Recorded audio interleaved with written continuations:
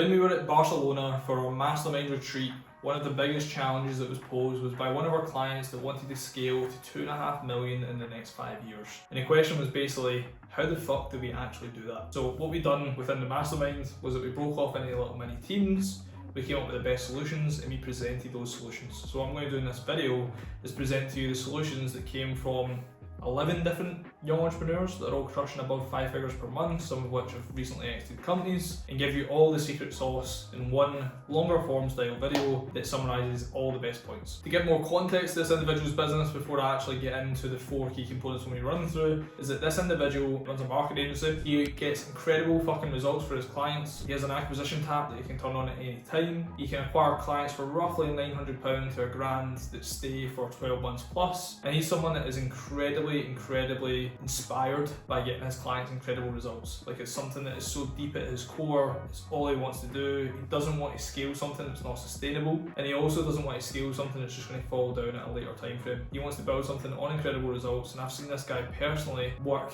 mental hours. Even in Barcelona, for example, on a Thursday he had a shoot with a client, didn't get home till 12 o'clock that night. He was then up at 3 for us to fly out from Barca on the Friday morning. We then got back from Barca late Monday night at 11. He was then back up at 5 to then hop on a train back down south to then shoot, to then get back, edit content, etc. This guy is like obsessed with client results in every way, shape or form. It's all he talks about, everything's super tangible, and the clients fucking love him. So basically we've got a service that is incredibly scalable, that has immense potential, that gets clients incredible results. And the bottom line was, how do we get to that 2.5 million a year? And is 5 years too slow of a time frame to get there? So what we then done when we broke off into little teams, everyone kind of drew to the same conclusion, which was that fuck 5 years. How can we do this in 2.5 years? How can we do this in a year? And even if he doesn't get there in a year, he's going to be much further ahead than if he was aiming for 5. So what I'm going to get into just now is the 4 key components that came out of those solutions that might help you scale your business in a much faster time frame. So the first thing we done was that we broke down the goal into specific milestones and what was really needed to be in place in order for this to be a reality. Now the individual at the moment is just shy of 20 clients, but he has a shit ton of prospects that are really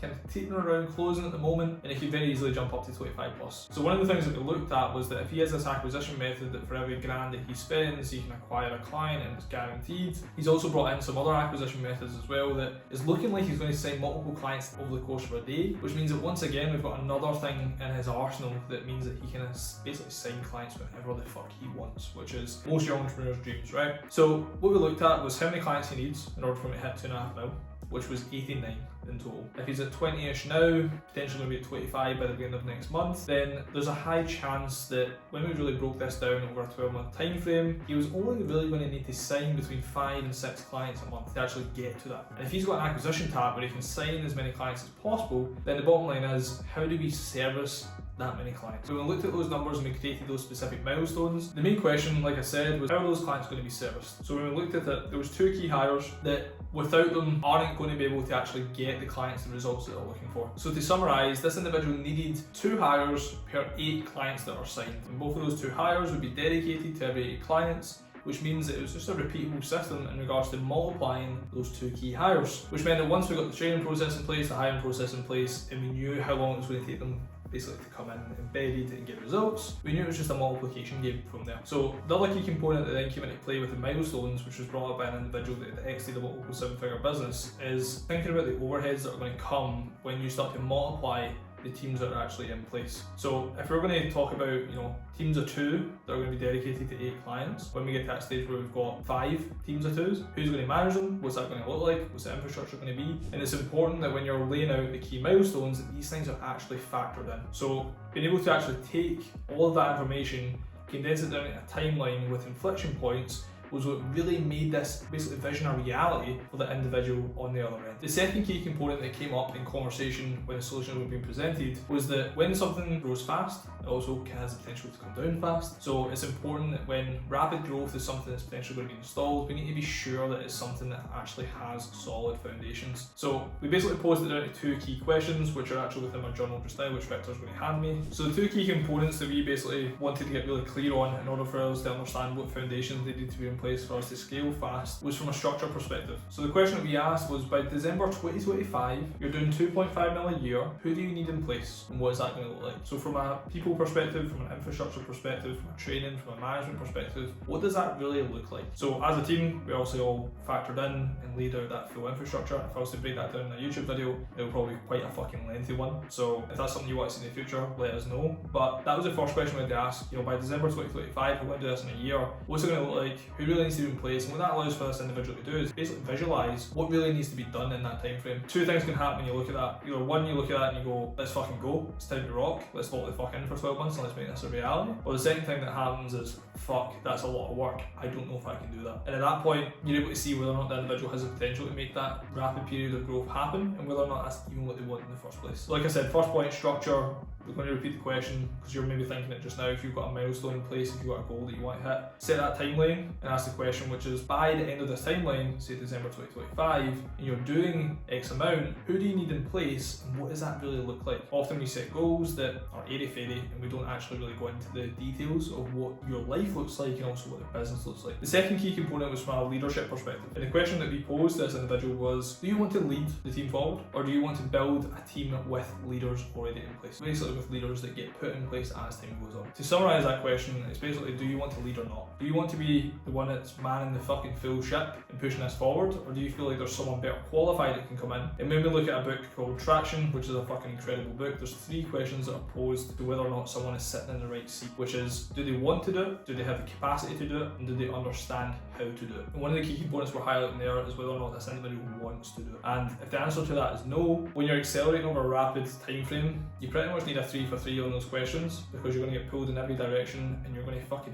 hate a lot of shit and you're going to have a lot of shit thrown at you. There's going to be clients churning, it's not going to just be linear growth, and you really need to be clear on those 3 components to be able to basically survive the shit that's going to get thrown at you. So to summarise trips on this second key component, we looked at structure and leadership. The question we asked was, by December 2025 and you're doing 2.5 million a year, who do you need in place and what does that actually look like? And then from a leadership perspective, do you want to lead or do you want to build with leaders already in place? And we basically drew to a conclusion of the people, the infrastructure, the training, the management, etc. that needs to be put in place in order to make that reality. The third component that was brought up was creating your board of advisors. Now, the reality is, right, we have immense expertise within our spaces. That's why we've started business in those spaces. Maybe we've done it off the back of a passion project. Maybe we've done it off the back of just, believing that we can solve a problem that really needs to be solved. But the bottom line is, we need advisors that have been there, done it, but actually showcase a level of different expertise. So what we broke down for this individual was who his board of advisors would look like. So to give an example, if you look at our board of advisors, we've got Lawrence, who's scaled and exited a multiple 7-figure business but in a completely different niche. Lawrence helps us just from an overall advisory perspective and an overall broad business fundamentals perspective. He is able to almost be like a chameleon in and out of our business and help us with anything that really needs help. And he's also someone that I trust as a dear friend that I can go to him about pretty personal shit, to be honest. Especially from a leadership perspective, we have a lot of limiting beliefs, a lot of stuff that gets in the way, and often we need a soundboard from someone that isn't going to have that pure stern mentor-like look all the time, but can actually hear out how you're feeling, dissect it down, and make you feel much better about it as well. We also have Phil, who I know I've spoken about in multiple pieces of content, but Phil is the industry-specific mentor that we were always looking for. He's an individual that has scaled a mastermind group to multiple 7 figures a year. I don't even know the type of numbers that Phil does, I know it's ridiculous either way, but we knew that he built something that was exactly what we wanted to build. So when we look at Phil, it's like when we hop on and we ask very specific questions, we get specific answers and we get them instantly. What we're paying for with Phil is speed, and that speed comes from the fact that it's industry specific. And if you look at the rest of our board of advisors, mainly they're just individuals within the network that we can lean on: marketing experts, sales experts, delivery experts, system experts. We're able to lean on multiple individuals within the network, almost like we're a client of our own network, and we're able to get information from them whenever is needed, and also pay it back in huge dividends in the future. So for us, we have a board of advisors that basically is partnered between an advisor and a mentor. One is super industry specific, one is more broad, and both of them have different mentoring, coaching techniques. And then we also have a board of advisors that are all individuals that we go to for the multiple different facets that we massively believe in. So what we posed to this individual was, who is your board of advisors really going to be? Who do you know that can be industry specific? Who do you know that can be basically the kind of more broad advisory but can teach you the business fundamentals in order for you to scale a team and lead a team forward? But also, who are the individuals that you need to be able to help from a marketing, sales, delivery and systems perspective? Yes, the marketing and sales might be taken care of just now, but as you scale and grow, is there maybe someone out there that has scaled a similar business that knows this shit inside now? And we basically posed that question: what does your board of advisors look like?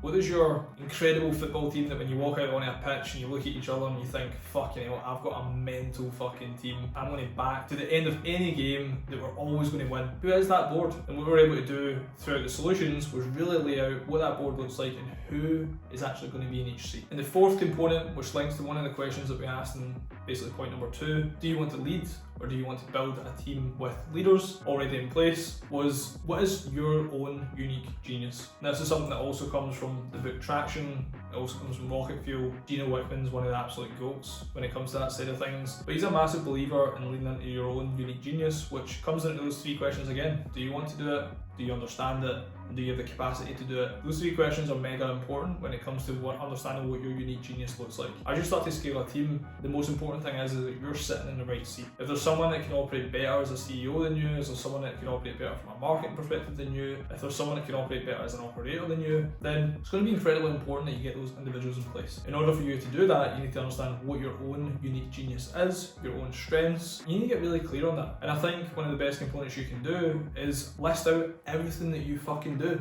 Like, literally list out everything. List out all the fucking big boss activities that you do on a regular basis and take them and tick off those 3 questions to each of them. Do you want to do that thing? Do you have the capacity to do that thing? Do you understand that thing really well? A lot of the times what you're going to realise is that you understand it, you don't really want to, and you don't really have the capacity, but you stretch it to make it happen because you're too scared to hire. And it's going to be mega important that when you actually do that exercise, that you list out everything. Go back through your calendar, go through your messages, go through everything that you do. Like for me, I put a lot of shit in my notes, so if I just dissect my notes, I can see everything. And that's honestly how I've got to a stage now where I'm doing 30 to 40 hours now just working on the business. Very minimal calls. Literally have 2 days now of just half of those days being calls. That's pretty much it. Throughout every other time, I'm working on the business and I'm leading the team forward, and that's literally it. And the reason we've been able to get there is because we've been able to identify that that is my own unique genius. And Andy, who I've spoken about multiple different times, Andy's a far better integrator than me, far better operator, and when we score those things out, he scored the opposite on things that I scored, very positively. So when it comes to your own unique genius, troops, do that exercise, list out all the boss activities and score them against those 3 questions,